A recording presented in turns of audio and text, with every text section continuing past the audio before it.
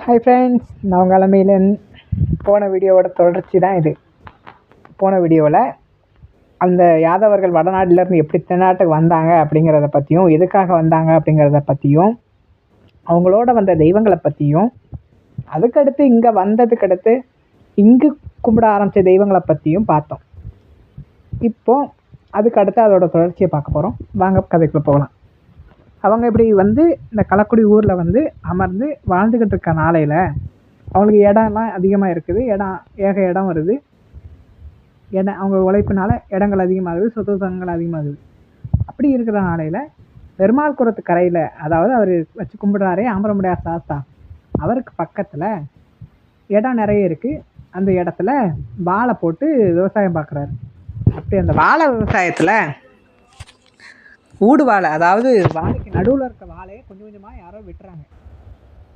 இதெல்லாம் இப்போ கவனிச்சவர் ரொம்ப மனம் தாங்காமல் மாலைக்கு கொண்டாரு கற்களில் வீட்டுக்கு போகும்போது ஆம்பரமுடையாரை பார்த்து அவர்கிட்ட போய் அழுகிறார்.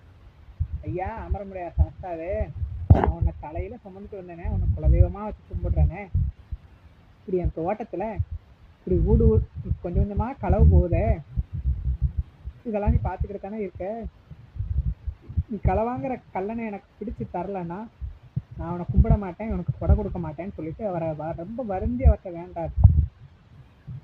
வேண்டிட்டு இவர் வீட்டுக்கு போயிடுறாரு. வீட்டுக்கு போனதுக்கு அடுத்து அந்த பழைய களவாண்டாங்களே, இப்போ வாழைக்காய் நல்லா விளைஞ்சிருக்கு, முழுசையும் வெட்டணும் அப்படிங்கிற ஒரு எண்ணத்தில் அந்த இடத்துக்கு பேர் மொட்டையம்பச்சேரி. அங்கே இருந்து ஒரு குறிப்பிட்ட கல்லர்கள்லாம் வராங்க. அது யார் யாருன்னு சொல்லட்டுமா?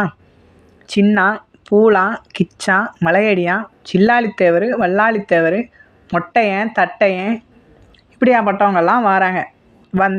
வாழைக்காயை வெட்ட வரும்போது சாஸ்தா அப்பந்தான் கண் கொண்டு பார்க்குறாரு. தம் பிள்ளை அழுந்துட்டு போயிருக்க, அவருக்கு மனம் பொறுக்குமா? அப்போ தான் கண் கொண்டு பார்க்குறாரு. பார்த்து களவாங்க வந்தவனெல்லாம் கண்ணு தெரியாமல் ஆக்கி போடுறாரு. கண்ணு தெரியாமல் ஆக்கிட்டு மாலைக்கு கோனார் வீட்டுக்கு போய் அவரோட கனவுல போய் எழுப்புதார் மாலைக்கு கோனார். ஏ மாலைக்கு கோனா எந்தி, நீ தோட்டத்தில் களவு போகுதுன்னு என்னை ரொம்ப வருந்தி வேணும்னல்லப்பா. களவாங்க வந்தவனை கண்ணு தெரியாமல் ஆக்கி நான் தோட்டத்தில் போட்டிருக்கேன், பாரு. அது மட்டும் இல்லை, அவனுக்கு அழியக்கூடிய காலம், அதனால் அவனோட கொன்று சுட்டு எரி அப்படின்னு சொல்லிட்டு சாஸ்தா கனவுல சொல்லி மறையிறாரு. இவருக்கு கனவு கண்டு பதவி முழிச்சவர் எந்திரிச்சு அவன் பொண்டாட்டிட்டு நடந்ததை சொல்கிறாரு. எப்பா இப்படி சாமியை களவாங்க வந்தவனா கண்ணு தெரியாமல் ஆக்கி வச்சுருக்கான், நான் பார்க்க போகிறேன்னு சொல்லிட்டு கிளம்புறாரு. அப்போ மாலையம்மா தடுக்கிறா. ஒத்தைக்கு போகாதியே, நான் எல்லோரையும் கூப்பிட்டு போங்க, ஆள் யாராவது கூப்பிட்டு போங்கன்னு சொல்லவும் இவர் முப்பாங்கி கோனாரையும் மாமா ஈஸ்வர கோனாரையும் கூப்பிட்றாரு. கல்லணை மறிக்கெல்லாம் போகிறோம் அப்படிங்கிற ஒரு இதில் கம்பு தடி எல்லாம் எடுத்துக்கிட்டு அருவாலாம் எடுத்துக்கிட்டு போகிறாங்க. ஈஸ்வர கோனார் அருவாலாம் எடுத்து இடுப்பில் வச்சுக்கிட்டு போகிறாரு. அப்படி போய் பார்க்கும்போது கல்லங்கள்லாம் இப்படி கண்டு தெரியாமல் கிடக்குறாங்க. அந்த அன்றைக்கி இவங்களை வெட்டணும் அப்படிங்கிற முடிவு சாஸ்தா சொன்னது.